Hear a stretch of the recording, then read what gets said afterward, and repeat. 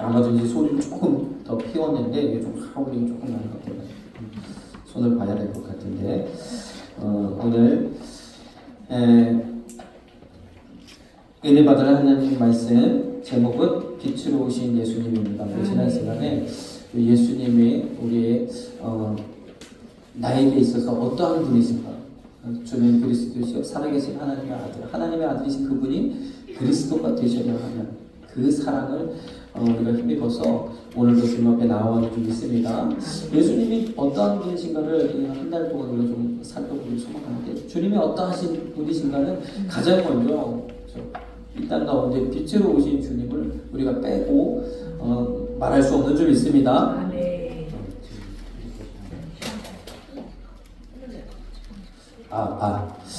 그래서 주님은 빛으로 오셨기 때문에 오늘 요한복음 1장 4절에서 9절에도 빛으로 오셨다. 요한도 그 빛된 주님을 증거하였다. 그래서 참빛 곧 세상에 와서 각 사람의 비치는 빛이 있었다니 그랬습니다. 저와 여러분들은 이 빛을 누리시는 이 빛 가운데에 나아가시는 귀한 시간 되기를 소망합니다. 참 주님께서 빛으로 오셨지요. 이 빛은요 우리를 비추시는 그런 참 빛입니다. 성경에 많은 인물들 가운데에 정말 빛 되신 주님을 제대로 만난 사람이 한 명 있습니다. 잘 아시지만 바로 사도 바울이죠. 참 이 사도 바울의 그 만난 그런 상황을 보면 1차적으로 주님의 빛은요 우리 가운데 있는 그러한 죄악된 것, 거짓된 것, 또 이렇게 얘기하면 그렇지만 더러운 것, 이런 것들을 비추시는, 이런 것들을 드러내시는 그러한 빛이신 줄 믿습니다. 예수 그리스도는요 거룩함과 의로움을 비추는 빛이시라. 그 거룩하심과 의로움으로 우리를 비추시는 줄 믿습니다. 요한복음 12장 46절 아래 말씀 보니까 나는 빛으로 세상에 왔나니 그랬어요. 물은 나를 믿는 자는 어둠에 거하지 않게 하려 함이다. 우리는요 이 주님의 빛을 통하여서 빛 가운데로 나아가시는 저와 여러분들 되시길 소망합니다. 아까도 말씀드렸지만 사도행전 22장 11절에 있는 말씀처럼 사도 바울은 이렇게 고백합니다. 나는 그의 빛의 광채를 인하여서 볼 수 없는 상황이 되었다. 다우리와 다메섹 도상에 예수 믿는 사람들을 핍박하려고 달려가는 그 가운데서 이 엄청난 빛을 보았어요. 광채를, 이 영광의 광채를 보고요 눈이 멀어버렸습니다. 그 이후에 눈에서 비늘 같은 것이 떨어지면서 완전히 새 사람이 되어졌는 줄 믿습니다. 참 이렇게 빛 대신 주님은 사울을 만나 주셨어요. 근데 이 사울이라는 사람이 어떤 사람입니까?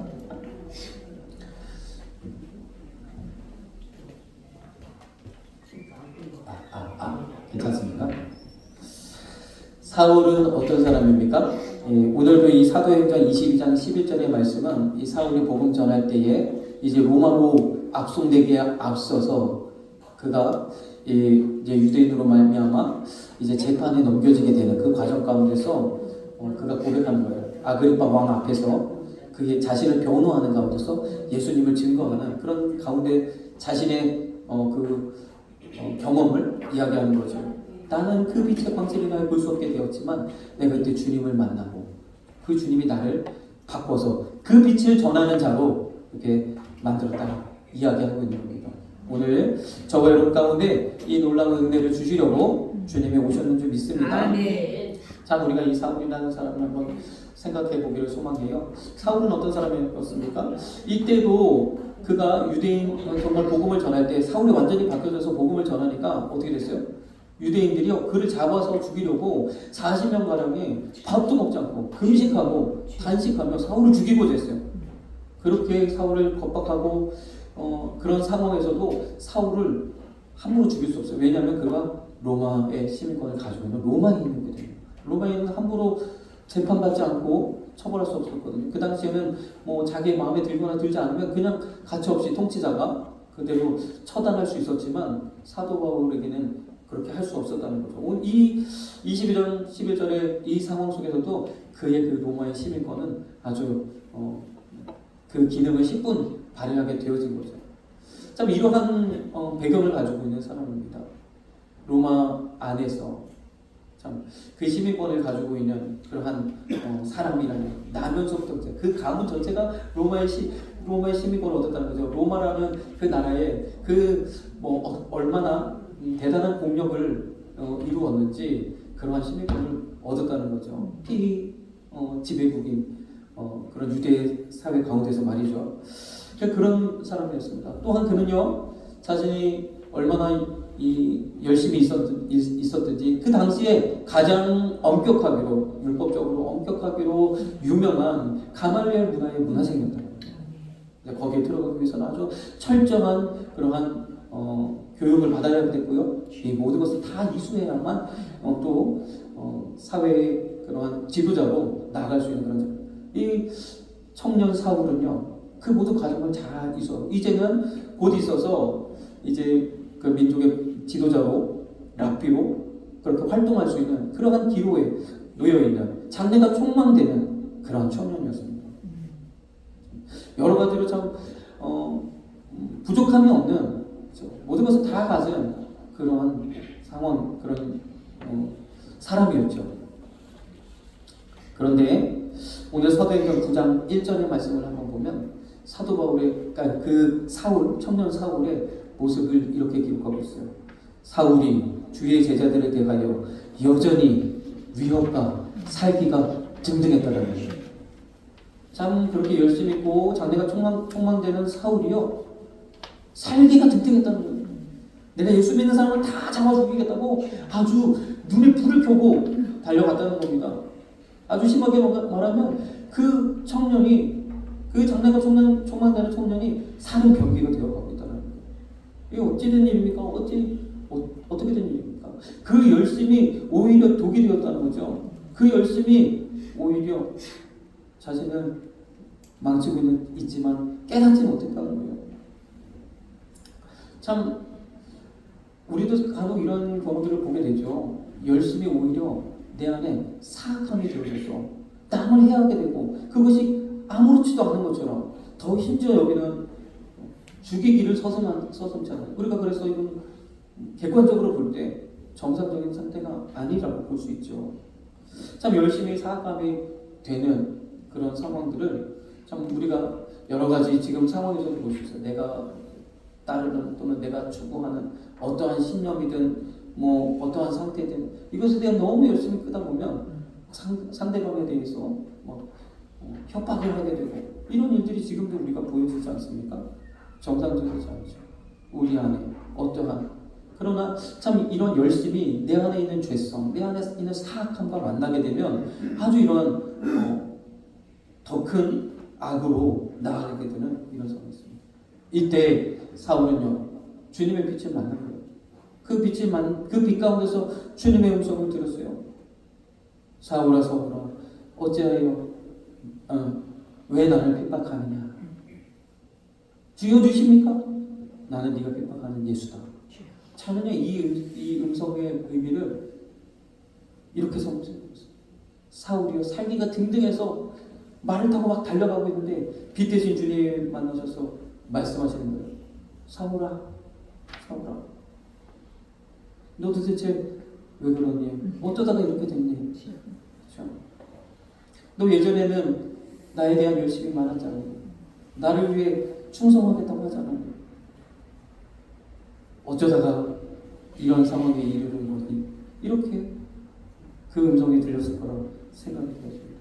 자, 하나님의 빛은요 우리의 추악함도 우리의 사악함도 우리의 죄성도 드러내시지만 우리 안에 있는 선함도 드러내시는 줄 믿습니다. 내가 과거에 품었던 내가 과거에 가졌던 그러한 순수한 열심과 열망도 또한 드러내시는 줄 믿습니다. 그게 바로 너야. 그게 바로 너의 모습이야. 라고 그에게 말씀하셨어요. 사도 바울이 거기서 완전히 복근하시고 완전히 새 사람이 되는 놀라운 일을 누리게 되어졌는 줄 믿습니다. 참 이와 같은 일이 참 우리 가운데도 일어날 수 있죠. 우리가 여러 가지 삶의 어려움이 있고 여러 가지로 환경이 옥죄고 여러 가지 상황이다. 내가 그런 사람이 아니었는데 점점 사악해지고 점점 악독해지고 입이 거칠어지고 이러한 모습들을 우리가 보게 돼요. 그때는 어떻게 해야 되는 거예요? 우리는 주님 앞에 나아가야 되는 거죠. 내가 지금 뭔가 잘못되고 있다고 느껴진다면 우리는 주님의 빛 가운데로 나와야 되는 줄 믿습니다. 사울이요 주님을 만나고 나서 어떻게 되어졌어요? 사도행전 9장 22절에는 즉시로 바뀌어졌습니다. 나아가서 예수를 그리스도라고 증명하면서 다메섹에 사는 유대인들을 굴복시켰어요. 그 전에는 그리스도인들을 힘으로 그리고 그가 받은 공문 그 권세로 굴복시키고자 했지만 그들을 다 죽음 가운데로 몰아넣고자 했지만 이제는요 말로써 유대인들을 굴복시키는 그러한 사람이 되어졌는 줄 믿습니다. 우리도 이와 같은 사람, 이와 같은 참 사람이 되어야 될 것 같아요. 참 이렇게 새 사람이 되어졌던 것처럼 우리도 우리 삶 가운데 항상 하나님이 주시는 이 빛으로 말미암아 참 소망을 누리고 살아가야 되는데 참 세상 가운데도 그렇고 또 예수 믿는 가운데도 여전히 낙심하고 절망하고 이런 가운데 있다면 우리는 하나님을 바라봐야 되는 줄 믿습니다. 시편 41편 5절 말씀 보세요. 내 영혼아 내가 어찌하여 낙망하며 어찌하여 내 속에 불안을 하는고 너는 하나님을 바라라. 아멘. 참 삶의 소망이 없다. 삶의 의미를 찾지 못한다. 이것은 어떤 이 주님의 진정한 빛을 경험하지 못했기 때문에 우리 자녀들이 자꾸만 의욕을 잃어간다. 빛을 경험하지 못했기 때문에 내 안에 있는 거룩한 그 거룩함을 보지 못했기 때문에 내 안에 있는 선함을 보지 못했기 때문에 내 안에 하나님께서 행하시고자 하시는 그 뜻을 발견하지 못했기 때문에 빛 가운데로 나아와야 되는 줄 믿습니다. 빛 가운데로 인도해야 되는 줄 믿습니다. 너는 하나님을 바라라. 그 얼굴에 통부심을 인하여 내가 오히려 찬송하리라. 아멘. 우리의 입에 찬송이 넘쳐나고 슬픔이 기쁨으로 바뀌어지고 그렇죠? 슬픔 대신 희락으로 세우시는 놀라운 은혜가 주님 가운데 있는 줄 믿습니다. 근데 주님의 빛이 비춰지면 사람의 인생이 바뀌어지는 거예요. 그 빛은요, 그 예수 그리스도의 빛은요, 우리의 인생의 목적을 깨닫게 한다는 거예요. 사도 바울이 그랬던 것처럼 예수 그리스도는 인생의 목적을 알게 하는 빛이죠.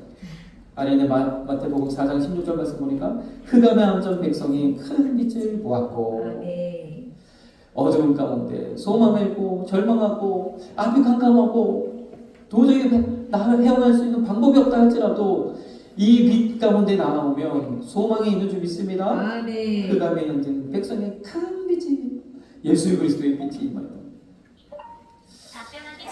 마태복음 4장 18절 19절 말씀 보면요, 이 삶의 의미를 새롭게 되찾은 두 사람이 나옵니다.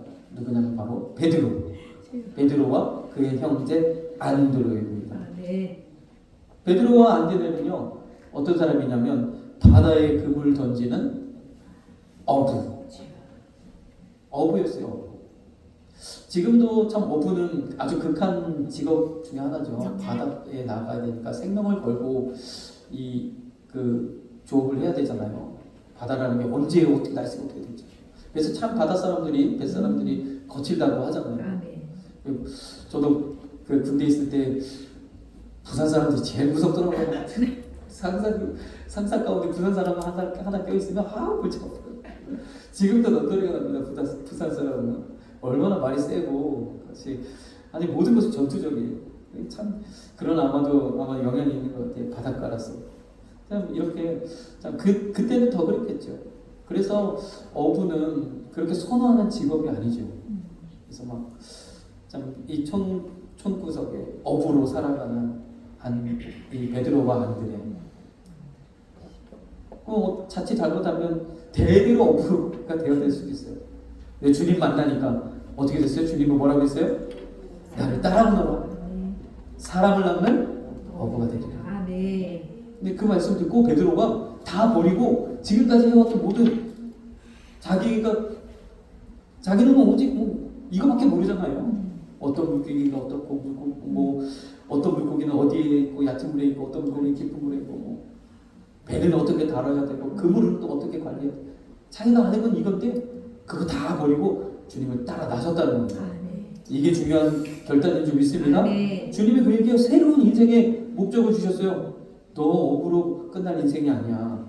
너는 업으로 마칠 인생이 아니야. 너는 사람을 살리는, 여기는 남는이라고 되어 있지만 살리는 겁니다. 사람을 살리는 어부가 돼야 돼. 이 말씀. 아이고 주님 제가 사람을 그냥 저는 어부로 만족할래요. 이러면 베드로가 나올 수 없는 거죠. 베드로는 그 말씀을 듣고 다 그걸 버려두고 주님을 따라 나서는 줄 믿습니다. 이 주님 예수님의 빛, 그 빛 가운데로 나아오면 이 놀라운 은혜를 누리게 되는 거죠. 우리가 이 마태복음 4장 16절에 흑암에 앉은 백성이 그 큰 빛을 보았고 그랬잖아요. 요 말씀 다음에 베드로가 부름을 받는 거예요. 18절 19절. 베드로에게 이 놀라운 빛이 비춰졌는지 믿습니다. 이 빛이 비춰지면 우리가 우리 인생의 참된 의미를 깨닫는 거예요. 자, 물고기를 잡는 게 쉽습니까? 사람을 살리는 게 쉽습니까? 사람 살리는 게 훨씬 어렵죠. 골로새서 4장 3절에는 이렇게 기도하라라고 이야기하고 있어요. 전도의 문이 열려지기를 기도하는데 전도의 문이 무엇이냐? 그리스도의 비밀을 담대히 말하게 하는 거예요. 전도의 문은 곧 내 입이라는 거죠. 입이 열려야 전도의 문이 열린다. 복음의 비밀을 담대히 말할 수 있는 저와 여러분들이 되어야 될 줄 믿습니다. 자, 비밀을 말한다는 건 알지 못하는 것을 알게 한다는 건 쉬운 일이 아니죠. 베드로는 그와 같은 사람이 되어졌다는 거죠. 저와 여러분들에게도요, 그냥 내 이 모습 이대로 그냥 내가 살아가는 그 모습으로 주님이 살기를 원치 않으십니다. 주님이 더 위대한 주님의 일꾼으로 주님의 복음 전도자로 살아가기를 원하시는 줄 믿습니다. 입을 열 때마다 영혼들이 살아나는 복음의 전도자, 내게 맡겨주신 그 영역 속에서 주님을 드러내는 그런 영광의 사람으로 나아가기를 주님 원하시는 줄 믿습니다. 이 그리스도의 비밀을 말하게 하는 이 그리스도의 비밀이 무엇입니까? 오늘 신명기 8장 3절에 있는 말씀, 그 말씀. 예수님도 이 말씀 가지고 사단을 물리치셨잖아요. 사람이 떡으로만 살 것이 아니요 하나님의 입으로 나오는 모든 말씀으로 살 것이라. 우리는요 밥만 먹는다고 사는 것 아니잖아요, 그렇죠? 때로는 뭐 취미 활동도 해야 되고 문화생활도 해야 되고 또 때로는 우리 원로 목사님 늘 쓰시는 표현으로 콧바람도 좀 쐬셔야 되고, 그렇죠? 이게 사람이죠. 그러면 우리가 과거에는 예전에는 먹고 살기 힘들 때는 이 먹고 사는 문제를 해결하기 위해서 열심히 일했어요. 그러니까 이런 부분들이 차츰 해결이 되고 나면 그것으로 끝나는 것이 아니고 뭔가 다른 뭔가를 해야 돼요. 정신적인 활동을 해야 되는 거죠. 그런데 그것으로 끝나지 않는다는 것, 이것이 그리스도의 비밀인 줄 믿습니다. 아무리 돈이 많아서 아무리 모든 것을 다 하고 모든 것을 가져도 내 안에 있는 영적인 갈증을 채울 수 없어요. 그래서 주님 말씀하시는 사람은요 떡으로만 사는 건 아니야. 취미 활동하고 그것으로 사는 건 아니야. 하나님의 말씀으로 사는 거야. 사람은 영적인 존재야 라는 것을 알려는 것, 이것이 그리스도의 비밀인 줄 믿습니다. 베드로는 이와 같은 일들을 정말로 감당하는 그런 사람이 되어졌다. 이렇게요 주님의 빛이 임하시면 베드로와 같이 인생의 목적을 깨닫고 참된 의미를 깨닫고 주님께 더 헌신하는, 그리고 주님이 기뻐하시는 그러한 자리로 나아가게 되는 줄 믿습니다. 그러한 사람에게는 어떤 은혜를 주시냐? 진리를 깨닫게 하시는 은혜를 주신다. 예수 그리스도의 빛은요 진리를 깨닫게 하는 지혜의 빛인 줄 믿습니다. 요한복음 3장 21절 보니까 진리를 쫓는 자는 빛으로 보나니, 주님의 빛이 임하면 진리를 깨닫게 되어져 진리가 무엇인지를 알게 되어지는 놀라운 은혜를 주시는 것입니다. 사도행전 4장 13절에 보니까 베드로에 대해서 이렇게 표현해요. 저가 불안무식한 어부 출신 베드로 불안무식한 줄 알았더니 범인인 줄 알았더니 그냥 평범한 사람인 줄 알았더니 기탄 없이 말하다 막힘없이 말한다는 거죠. 그 그리스도의 비밀을 이 복음을 전하는데 오히려 그를 붙잡아다 놓고 더 이상 전도하지 못하도록 더 이상 예수에 대해서 말하지 못하도록 아주 그냥 엄포하고 협박하고 매로 때리고 그렇게 도와주려고 했는데 그가 말하는 것을 들으니 여기 있는 사람이 다 전도되게 생겼어. 아 그냥 안 되겠다 도와주자 할 수밖에 없는 베드로가 되어졌는 줄 믿습니다. 저와 여러분 이와 같은 하나님의 은혜를 우리에게 부어 주시는 줄 믿습니다. 아멘. 이런 은혜를 주님이 어떻게 우리에게 주십니까? 복음은요, 때로는 감정의 영역인 것 같아요. 우리가 하나님 막 열심히 기도하고 하면 성령이 임하고 가슴이 뜨거워지고 은혜가 임하고, 때로는 감정의 영역인 것 같아요. 또 때로는 우리가 말씀을 막 묵상하면 새록새록 주님의 말씀이 깨달아지면서 내 삶에 그것이 적용이 되면서 이 말씀이 이런 뜻이구나 하면서 막 깨달아지는 이성의 영역인 것 같아요. 그러나요, 이 진리는 이성의 영역이기도 감정의 영역이기도 하지만 무엇보다 믿음의 영역인 줄 믿습니다. 네. 믿음의 영역. 믿음이 있어야 이 진리를 우리가 온전히 누리며 그 진리 가운데 거할 수 있는 줄 믿습니다. 히브리서 11장 3절에도 믿음으로 하나님의 말씀대로 이 세계가 지어져서 우리가 믿는다가 아니고 안다는 거죠. 믿음으로 아는 겁니다. 진리를 믿음으로 알으시는 저와 여러분 되시기를 소망합니다. 믿음이 있으면 진리의 세계가 열려지고 베드로가 기탄 없이 말했던 것처럼 복음을 전할 수 있는 전도의 문이 열려질 줄로 믿습니다. 놀라운 은혜로 변화되어지고 여러분 각자가 또 우리 자녀들을 하나님이 다양한 방법으로 사용하기로 그 모든 사용의 목적 끝에는 하나님의 영광, 그 영광을 드러내고 나타내고 많은 영혼들을 살리는 그 일인 것이죠. 그래서 진리가 우리 인생에 있어서 가장 중요한 진리 한 가지는 무엇입니까?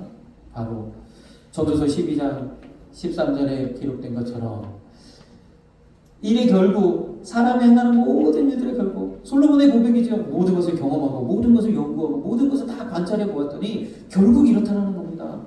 하나님을 경외하고 그 말씀대로 사는 것이 사람의 본분이다. 이것이 진리라고 이야기하고 있는 줄 믿습니다. 이 진리를 전하고 이 진리의 가운데 거하는 것, 하나님을 경외하고 하나님을 찬양하고 하나님께 감사하며 예배하며 나아가는 저와 여러분들이 되어야 될 줄 믿습니다. 참 주님이 우리 가운데 임하셔서 이 놀라운 은혜를 우리 경험해야 되는 거예요. 참 우리 삶 가운데 목적 없이 향방 없이 나아가는 것이 아니라 하나님 내게 맡겨주신 사명을 깨닫고 그 사명을 감당하고 이 땅 가운데 그리스도를 증거하고 나타내고 교회를 세우는 귀한 일들을 감당하시는 저와 여러분들 되시길 소망합니다. 마지막으로요. 그러면 우리는 참 예수 그리스도를 믿는 우리는 그런 빛의 자녀가 되어야 되는 줄 믿습니다. 아린의 에베소서 5장 8절 너희가 전에는 어둠이더니 이제는 주 안에서 빛이라 빛의 자녀들처럼 행하라. 아멘. 자, 오늘은요 이 말씀은 우리가 빛의 자녀들 가운데에는 이러한 일이 있다라고 우리가 다시 좀 바꿔서 생각해 보면 좋겠습니다. 먼저 우리 로마서 13장 13절 말씀 보겠습니다. 낮에와 같이 단정히 행하고 방탕과 술 취하지 말며 음란과 호색하지 말며 쟁투와 시기하지 말고. 그렇죠. 이 말씀이 참 도전의 말씀이요 또 우리에게 여러 가지로 참 생각하게 만드는 말씀이죠. 그러나 빛 가운데 거하는 빛의 자녀들에게는 이와 같은 일이 일어난다는 겁니다. 빛 가운데 거하는 이들에게는 낮에와 같이 어두움 가운데는 그러면 참 우리 사회에도 뭐 그런 사람들 많잖아요. 뭐 주로 막 밤에 다니고 혼자 다니고 어두움 가운데 있고 방 안에 그냥 갇혀 있고 사회로 나와야 되는데 나오지 못하는 그런 사람들이 점점 늘어나고 있다고 그러잖아요. 이런 사람들이 사회적 문제도 일으키고 여러 가지 범죄에도 노출이 되기도 하고 참 문제인데 빛을 보지 못해서 그래요. 빛 가운데로 나와야 되는 줄 믿습니다. 낮에와 같이 단정히 행하고 저는 그렇게 생각해요. 우리가 참 혼자 있을 때 이때는 참 위험한 거죠. 그러나 빛 가운데 있을 때는 언제예요? 바로 공동체 가운데 있을 때예요. 교회에 나아올 때가 바로 빛 가운데 있는 겁니다. 나와서 서로 교제하고 마음을 도고 함께 은혜를 나누고 그렇죠? 또 서로 위로하고 격려하고 그러할 때 하나님께서 우리의 삶을 붙들어 주시는 줄 믿습니다. 빛 가운데 나올 수 있도록 우리가 이끄는 것 그것이 매우 참 중요합니다. 에베소서 5장 13절 말씀 보겠습니다. 에베소서 5장 13절에는 이렇게 말씀합니다. 책망받는 것을 어려워하지 말아라. 빛 가운데 있는 자녀들은 책망을 기뻐한다는 거예요. 책망을 달게 받는다는 거예요. 근데 요즘에는요, 과거에 우리 자녀들을 양육할 때 막 때려서라도 바르게 양육했잖아요. 근데 요즘엔 잘 안 그래요.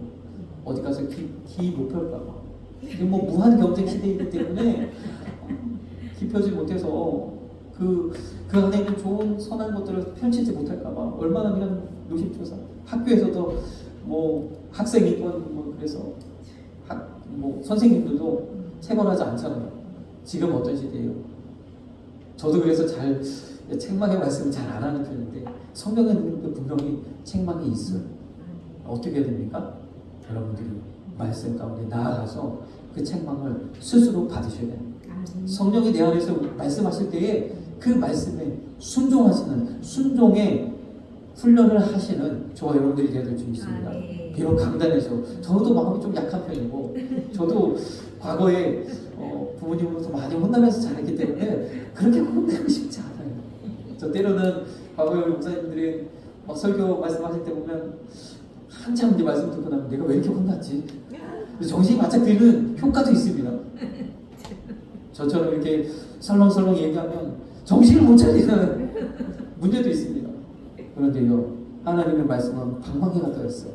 그 말씀을요, 더 진중하게 하나님의 말씀으로 받으셔서 스스로에게 채찍질하시고 스스로에게 책망하시는 저와 여러분들이 되어야 될 줄 믿습니다. 성령이 책망하실 때 그 말씀에 귀 기울이고 그 말씀대로 순종하는 저와 여러분들이 되어야 될 줄 믿습니다. 우리 요즘 자녀들도 마찬가지예요. 스스로 깨닫고 그렇죠. 그렇게 할 수 있도록 우리가 가이드를 해주고 도와주는 것, 그것이 부모의 역할이고 또 선생님들의 역할이잖아요. 제가 여기서 이렇게 가이드 역할을 할 때 혼나지 않았다고 그냥 가볍게 넘어가지 마시고 이 말씀은 가슴에 새기고요, 주님께 더욱더 나아가시는 저와 여러분들 되시길 소망합니다. 그런 일이 하나님 함께 하시는 거예요. 그런 사람 하나님 기뻐하시는 거예요. 그런 사람에게 하나님 복 주시는 겁니다. 데살로니가전서 5장 4절 말씀 보십시오. 어두움에 있지 않나 빛 가운데 있는 자녀들에게는요, 마지막 때가 되어져도 문제 없다는 거예요.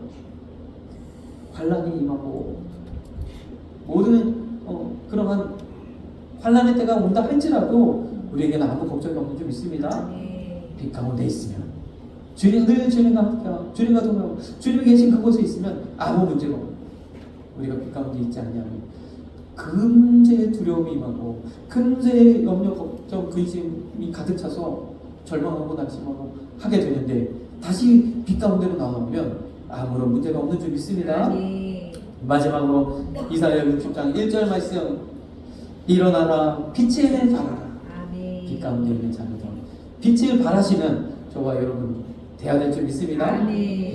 주님의 빛을 비추시는데 주님이 우리에게 선한 품을 드러내고 또 우리 악한 것들을 제하시고 우리 인생의 참된 목적을 깨닫게 하시고 사명을 깨닫게 하시고 진리를 알게 하시는데 빛이 드러날 줄로 믿습니다. 그래서 우리는요, 우리 삶 속에, 삶의 현장 속에서 예수 믿는 티를 좀 내셔야 돼요.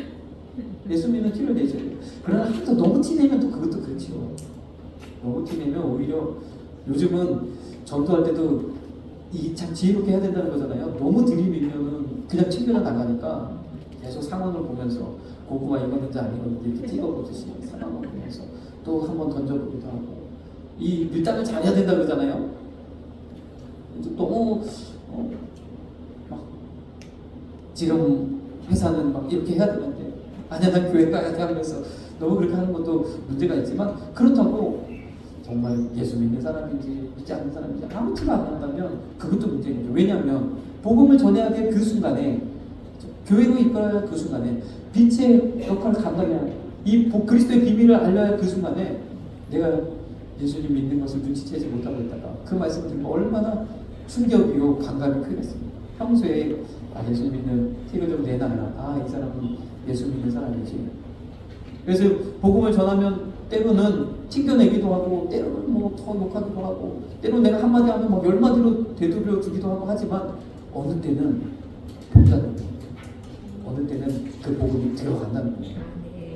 우리가 빛을 드러내면, 바라면 그 빛을 보고 진리를 쫓는 자들은 찾아본다는 겁니다. 평소에는 복음이 들어가지 않더라도 삶이 어려우면 뭔가 영적인 갈망이 임할 때에는 복음이 그에게 역사하는 줄 믿습니다. 이는 내 빛이 이르렀고 여호와의 영광이 내 위에 임하였으니. 우리의 삶은 이 훈련이에요. 이 훈련을 통해서 조금씩 하나님의 더 위대한 하나님의 그러한 복음의 주인공, 믿음의 주인공으로 여러분들을 세워갈 줄로 믿습니다. 우리 찬양 빛으로 오신 예수님 찬양 드리고